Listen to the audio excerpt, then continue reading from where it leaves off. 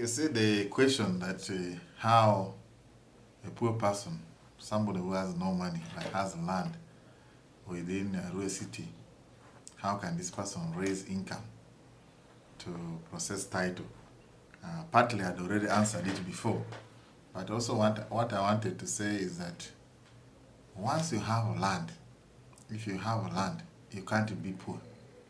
When you have land, especially within the city, you're actually a very rich person. The only challenge we have is that people do not plan how to use their land well, and most people are lazy.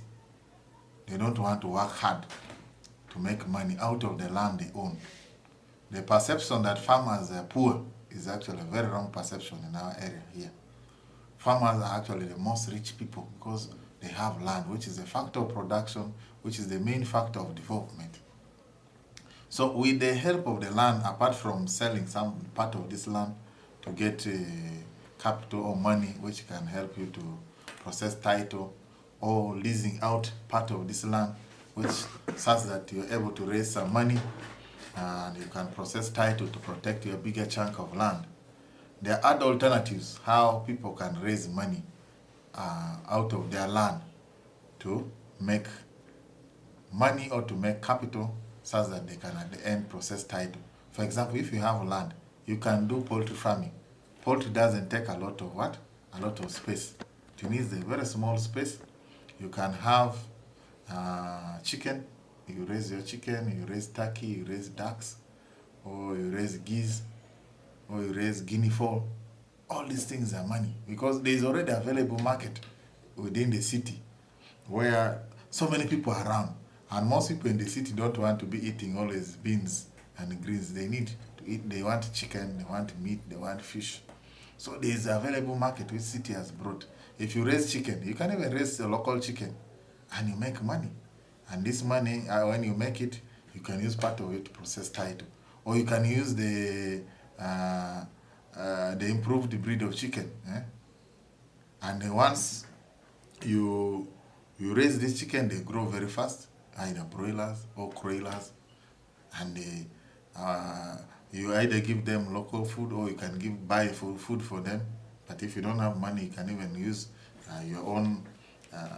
You go to the chicken, get some ukene, get some leftover cassava, you give them, or even what? Maize, you give them. And this chicken can raise for you money, which you can use to process title. You can also buy chicks. Like me, I am a farmer also. I buy chicks. I buy chicks from Kampala, day old. I come and keep them for 1 month. We vaccinate them. After 1 month, we sell them at 10,000. And you get money. There are so many. Money is just in the mind. Money is in your brain. You can do piggery. Piggery is another very good business. You can do piggery. The pigs produce. One pig can produce 10 or 12 or 14, even up to 20. Just one pig. One female can produce up to 20. This pig, if it produces up to 20 for you, and the pigs produce twice in a year, meaning each piglet, if it's a hybrid, if it's hybrid, each piglet you sell from 200,000 per piglet. Multiply that by 20, how much money is there? You are raising around 2 million just from one pig. Or if not from that pig, you can even, if you don't have the improved breed, you can buy the local breed. The local breed, you can keep it, eats grass, it eats anything you can give them. And the piglet for local breed costs from 70,000 to 150. If you have 14 of them, it will solve all your problem. It is one of the biggest business. The pigs only need water and they need food. They can eat any food depending on how you train them. If you train them on maize bran, or you train them on sweet potato, you train them on maize, or you train them on getting for them grass, they will get used to it. And it is one way you can make money. Or just on a small piece of land, can make money. If the pig produces like 14, each piglet you are selling at 150 or 200,000, depending on your breed, you have already made money. If you have 2 or 3 of them, you can make up to 4 million or 5 million. That's another way you can generate income, because from what? Your land. And it helps you to process title. You can also do cattle keeping. If the land is big, you keep your cattle. You can keep dairy one, the one for milk, or you can keep local cattle. Cattle is also very expensive. When mature cattle goes from at least not less than 1 million. And you sell one, your problem is solved. And a small piece of land, you can have like 2 or 3 cattle. You keep them, they keep producing every year, they eat grass. Yours is just to give it water and maybe treat it when it is sick, or to take it for grazing. You make money. Instead of leaving land idle, you can do these things on your land. It helps to generate for you money. You can do beekeeping. West Nile is known for what? The best honey in Uganda. If you have large piece of land, you can put beehives. From these beehives, you harvest honey. You generate money. You can do tree planting. You can plant eucalyptus. You can plant pine. Pine is money because you'll get timber. It also does very fast. It matures very fast. You get timber. Or you can plant eucalyptus. People need firewood. People need firewood for cooking. They'll always buy, even if there is charcoal. Charcoal is there, but mostly our people in this area need what? Firewood. And they'll always buy firewood. So if you plant eucalyptus trees, within 2 years or 3 years, you will sell it. Instead of leaving this land idle, you will sell these eucalyptus trees. It helps you to solve your problem. And if possible, you can use part of the monies to process title for this land, which you have been keeping there idle. So there are so many alternatives. If you have money, of course, you can put rentals on the land. Or you can plant other crops. You can plant coffee, you can plant cocoa. Cocoa is nowadays on the market. People are actually, most people are now going for cocoa. And very soon, West Nile is going to be a cocoa growing area.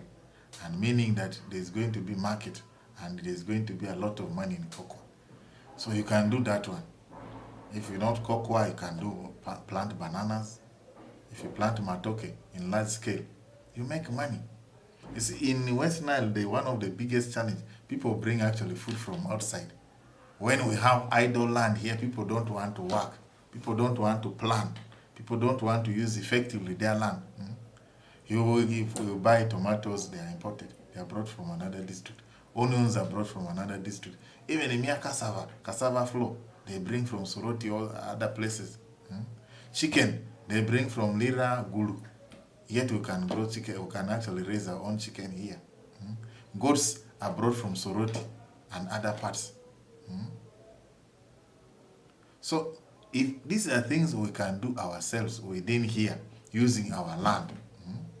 So I really urge our people, let us work hard.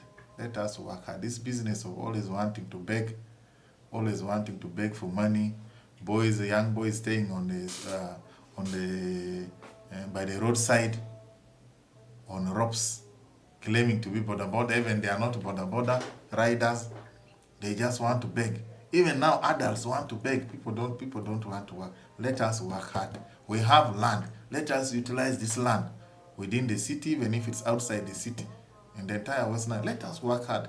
And let us use the money, the little money we have with what? Plans. That's why the president is always, when he comes here, he talks of Otita. He's there, Otita. He's urging people to plan. Let us live with plan. The little money, if you get small money, even if it's 100, or it's 200, or it's 50,000, if you use this money, this little money with a plan, you will make something. You'll even elevate poverty. You'll get money. You'll change your life, or you'll change your family. So let us have plans. Let us use our land effectively. With the land, you can't go wrong, because everything you need is in that land. So long as you have land, you are not poor. If you have land, you are very rich. So it's only how you use your land. If you are poor and you have land, it means there are two things. One, it means you are very lazy. You're a lazy person, that's why you're poor. Because you have land, which can generate for you money in any way, either through farming, cultivating crops, or through piggery, or through poultry farming, or through apiary, or through just planting trees, afforestation, planting trees, tree planting, you get money. Through cattle keeping, through goat rearing, you get money. So if you have land, there is no reason why you should be poor. There is no reason. It's either you are lazy or you have no plans. You don't know what to plant very well, or if you get the money, you don't use it well. Those are the two things if you are poor, when you have land and when you have money. So basically, I really urge people to work hard. Much as we are going to, of course, I urge you to protect, to make titles such that you protect your land, but also at the same time, as we protect this land and as we make titles, let us use the land or in a very good way. Let us use our land properly, effectively, and plan to use the land effectively. Let us use it with plans such that we generate money out of it, we enter the money economy, which the president is always talking about, and we elevate poverty in our region. Thank you.